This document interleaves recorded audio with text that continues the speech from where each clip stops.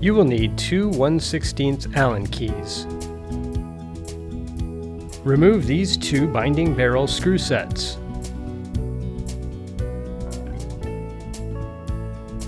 Two Allen keys are needed to remove screws. One key is used to hold one side while the opposite side is unscrewed. Remove the second binding barrel screw.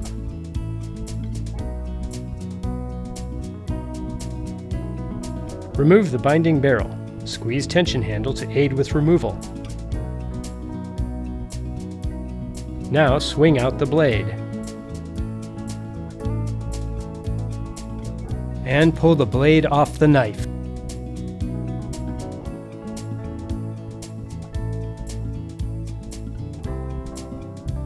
With knife exposed, push out retaining pin using a small screwdriver. And remove knife. Remove any visible debris in this region with a soft wire brush. Knife and blade installation.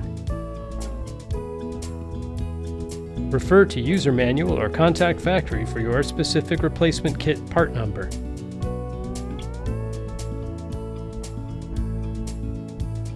Old and new parts shown. Now we are ready to install the new knife and blade. Install the knife with the longest edge down towards the tool.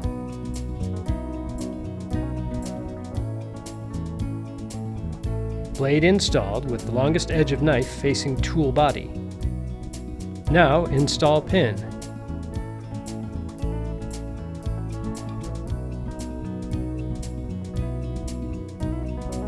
Guide knife into blade here.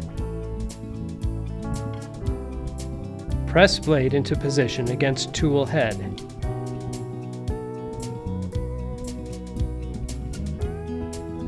Now reinstall the first binding barrel. Binding barrel is not fully installed due to misalignment of holes. Squeeze tension lever to aid with alignment.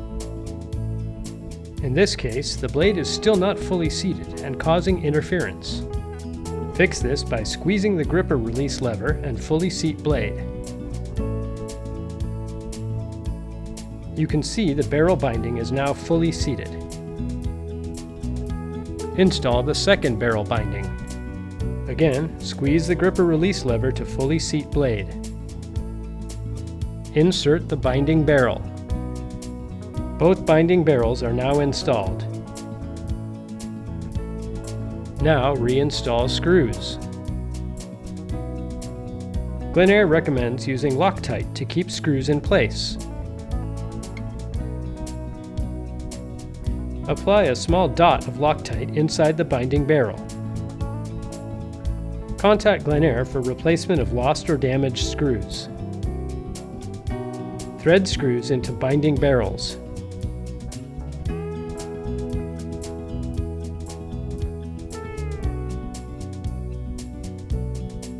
Lastly, check that screws are fully tightened.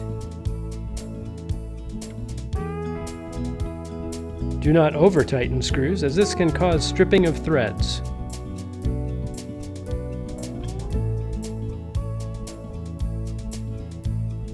That completes replacement of the knife and blade.